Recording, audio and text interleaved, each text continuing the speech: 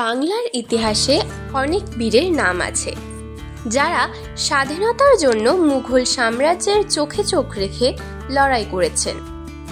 কিন্তু তাদের মধ্যে এক বিশেষ নাম আজও সুন্দরবনের জলে জঙ্গলে কিংবদন্তি হয়ে আছে, প্রতাপাদিত্য।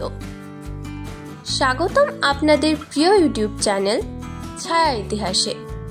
যদি ভিডিওটি ভালো লাগে তবে লাইক, শেয়ার এবং সাবস্ক্রাইব করতে ভুলবেন না। আজ চলুন ডুব দিই সুন্দরবনের সেই বাঘের কাহিনীতে।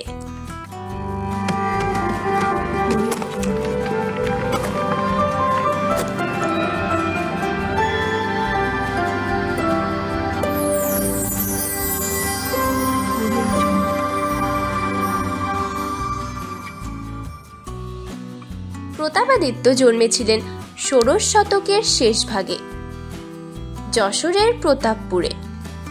বাল্যকাল থেকেই তিনি কৌশলী, সাহসী ও স্বাধীনচেতা ছিলেন। সুন্দরবনের প্রান্তে শিকার ও নৌচালনায় পারদর্শী হয়ে ওঠেন।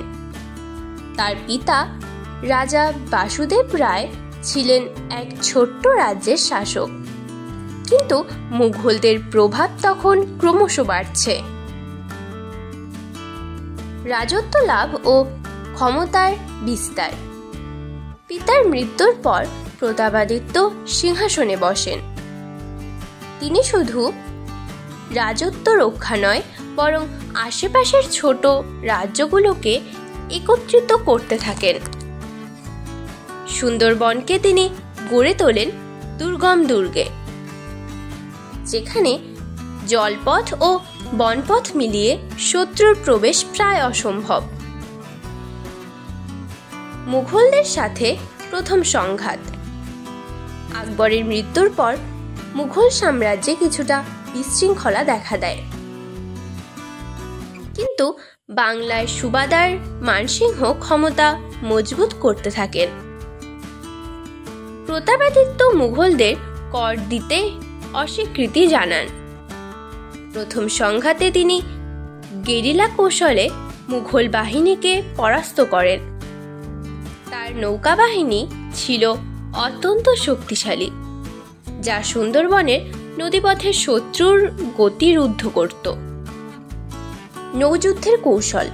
প্রতাপাদিত্য বড় বড় কাঠের যুদ্ধজাহাজ তৈরি করেন, যেগুলিতে ছিল কামান ও অগ্নিবাণ। তিনি জানতেন স্থল যুদ্ধে মুঘলরা শক্তিশালী, তাই তিনি যুদ্ধকে জলপথে টেনে আনতেন। মুঘল বাহিনী বারবার সুন্দরবনের জলপথে পথ হারিয়ে বিপদে পড়ত। বিশ্বাসঘাতকতা ও পতনের সূচনা।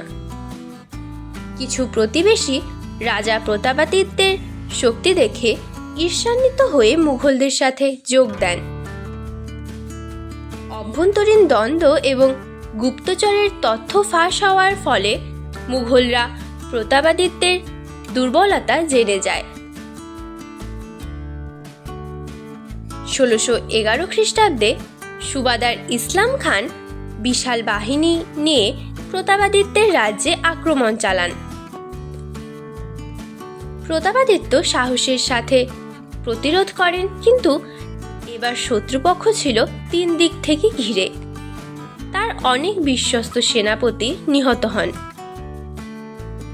যুদ্ধ শেষে প্রতাপাদিত্য বন্দী হন এবং মুঘলদের সামনে দাঁড়িয়ে বলেন, আমি পরাজিত হয়েছি, কিন্তু দাসত্ব বরণ করিনি।